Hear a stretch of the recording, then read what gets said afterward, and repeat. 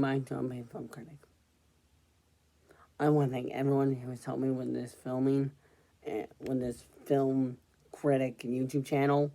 I just want to thank everyone who's been with me and who's started to find my channel as well. I want to thank everyone who's been a part of it. You guys have really inspired me to keep on going, making these film reviews, and some films, but mostly film reviews. So yeah, a couple days ago I watched Specter, which is the fourth film in the Daniel Craig Bond series. And it's a very interesting film because it's a lot more of an action film with more shootouts, more fight scenes than in Skyfall. Skyfall's a lot more down to earth thriller movie. Spectre is a lot more of what a Bond film is, which is extravagant, not that comedic, but it still adds in the Bond tropes, which are very interesting. Given that it is the 60th anniversary of Bond, not when this film came out, but right now in 2023. But yeah, this film is a very interesting film on how it's shown.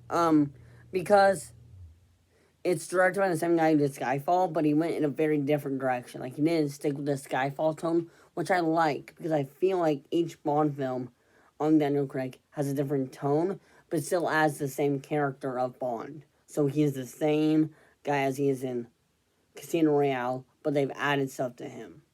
So it's a lot more of a story arc, Bond series, which I like. Oh my god. So Daniel Craig plays Bond. You have Leela Sudeikis. She plays the love interest, which is Madeline Swan. A very interesting relationship they have throughout the film because it's not a typical Bond female relationship. It's more grounded. It's kind of like the Eva Green. It's kind of like the not Eva Green. It's kind of like the Daniel Craig Eva Green relationship in Casino Royale, but a lot more happier, in my opinion. So the main plot is Bond going around the world trying to find clues to this group called Specter, who is kind of led by which is led by Christoph Waltz's character. Christoph Waltz is really good in this movie. He's really charming. He's really interesting. He's really great in this film. And this film is really intense, where he learns more about him. And then there's this okay side plot with Ralph Fiennes, and he's like trying to keep the 00 thing, because right now during the film, the 00 program is under scrutiny, and they're like, AI might be better, and there's this guy named C who basically wants a replacement Nine Eyes, which is like this AI like organization, and it's kind of wonky. It's not that great. I mean, not well acted. Well acted, but the script's okay on that. I think they kind of really wanted him to.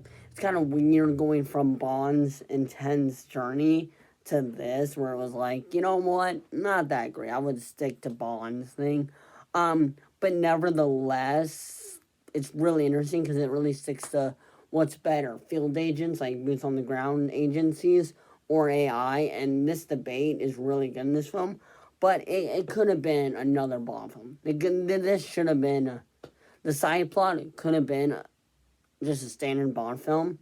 Like, they didn't need the side plot, which I don't know why I don't know why they added in the side plot.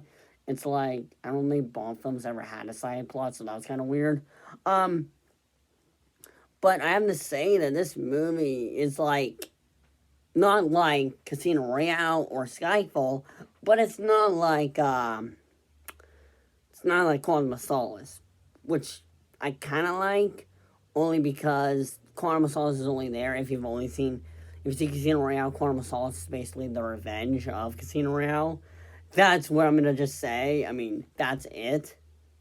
Like, it's really hard to say anything good about it, but I have to say, this film is like right in between Skyfall and Quantum of Solace, where it's good, but there are some things that drag it down. So it's like the third, like the third best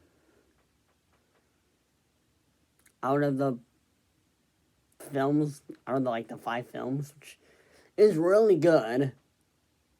Like, it's kind of like the fourth. It's probably the fourth. I don't know. Yeah, but this one was really interesting. So Dave Bautista's in the film, yes, and you're asking me, well, what is he? Well, have you seen that Raiders of the Ark film with Indiana Jones? You're asking me, what does that have to do with this? Well, you know that big guy fights in the next to that plane, and the big guy who's like all super tough. That's basically David Bautista's role. Very little lines, and all he does is beat John up, beat James Bond up, and that's it. Like that's their fight, and it leads to one of the most interesting fights on a train that kind of remind me of With Rush with Love, which was the second Bond film ever made with Sean Connery. And you're asking me, well, what's the difference? Well, they both fight on a train. That's all I'm going to say. The really interesting thing is this film is very interesting because the Christoph Waltz and Daniel Craig's, like, when they meet, it's very interesting, and you get to know more about Bond's past and how his past is kind of connected throughout the films. It's very interesting. Yeah, I mean, now we're getting to the part where it's like almost at the last, like No Time to Die is next. Like it's kind of an interesting journey I went on because watching these films, knowing what happens in No Time to Die, you kind of realize Bond's films are kind of like this series is very interconnected, and you watch Bond just trying to like live a normal. He wants to live a normal. At the end, it kind of feels like okay, it feels like we're almost getting nearing a perfect conclusion. So yeah, I mean the Bond films, in my opinion, are super well done, and this film in general is one of my not one of my favorites. Because Casino Royale and Skyfall I think are better, but it's pretty close. Next up one is No Time to Die. I know. So on Saturday I will be watching a movie and then writing a review on it on Sunday, so watch out for Sunday, because Sunday will be a special review about a film that I deeply care about, because I kind of relate to it. So yeah, that's coming up. I can't wait to do that review. But what I'm just saying is that this film is very interesting, because I've done a lot of, I just want to thank you, everyone, because for me, film has been this thing of what I truly love, and I'm thankful that I'm able to make a YouTube channel where I'm able to talk about my feelings of this film, like just film in general. And the Daniel Craig series of Bonds is a very emotional series, and I'm really glad I'm doing this one because, in my opinion, Daniel Craig's Bond is the only Bond where you actually feel for him throughout the films. Like throughout all the films, you get the feel for him, and I have to say, I am truly glad that I'm able to publish all my reviews.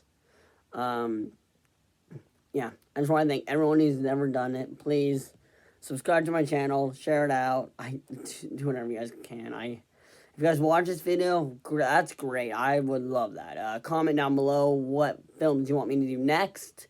I mean, I have 2 more films already registered, but after that, please comment down below what film do you want me to watch. Like, what's your favorite film, and I will review it. I will review no matter film, no matter what.